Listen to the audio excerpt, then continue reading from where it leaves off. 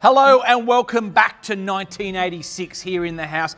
Jabba here. Quinny here. And we may be in 1986 for the film, but the film itself, behind us here, is a little bit further back. 1950s or thereabouts. That's even a bit more analogue than what I was thinking. I say 1986 because we kicked off this season of In the House with the 10th biggest film of that year, Ferris Bueller's Day Off. Tonight we bring you the 13th biggest film of that year, Stand By Me.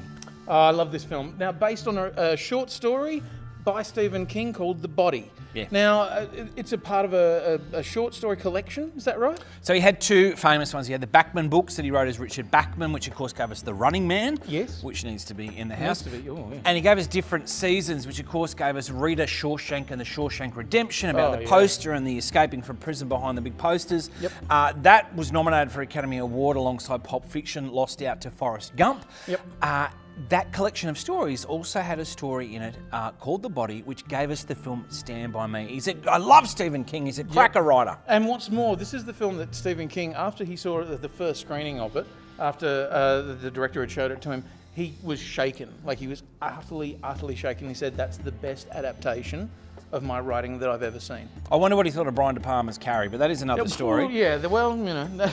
This film, directed by Rob Reiner, who a few years previously had given us This Is Spinal Tap. Yep. Which, I mean, these are all cult and classic films, and still up his sleeve had When Harry Met Sally and The Princess Bride. And Princess Bride, which, you know, Rob Reiner is very much said to be an actor's director. This is the thing that I was watching a lot of the behind the scenes on this, and everyone comes back to the fact that Rob Reiner is an actor's director, which he is an actor himself, and he spent a lot of time with the cast rehearsing them. You've got a lead cast of 4 young boys, and normally in a lot of films like this, they'd do a lot of cutting around it. The director would just be kind of getting them to parrot and stuff like this. In this one, he rehearsed it so they could do big, long takes. So if you watch the film, you'll see that they're very long, complicated takes with 4, you know, pre-teen kids. But I just think we talk a lot about who's our favourite director, and I say Clint Eastwood a lot, who is an actor's director. I love Ben Affleck, who's only had 4 films. But Rob Reiner, he's probably one of those guys where you go, the guy's a great director. Absolutely, because he knows how to get stuff out of his cast.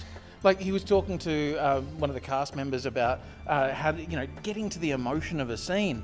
And he said to I think it was River Phoenix, he said, you know, just think about a time that an adult has let you down. Oh, that never happens. And yeah, this kid just broke down in tears because he was, and he knows how to get that out of people. Well, just keep that in mind when you're watching the film. If there's kids crying in the film, they're probably thinking about like when their cat died or mum didn't bring home an ice cream from the shops. Or it may just have been from when they were running down the thing and he was literally screaming at them, do this right or we're going to fight you.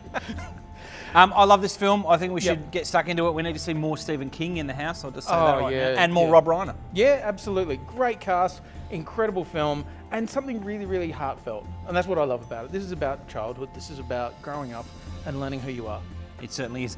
Next time we see you in a fortnight, we mentioned Brian De Palma, and he did the first Stephen King adaptation, which was Carrie. He's going to be doing his best with the Prohibition-era crime gangster caper, The Untouchables. That's March 17. Cannot wait, but right now, have a bit of River Phoenix, a little bit of Will Wheaton, a little bit of Jerry Doyle. Try not to think about Stranger Things while you watch this. Yeah, don't do that. But anyway, here it comes. Yeah, Stand By Me.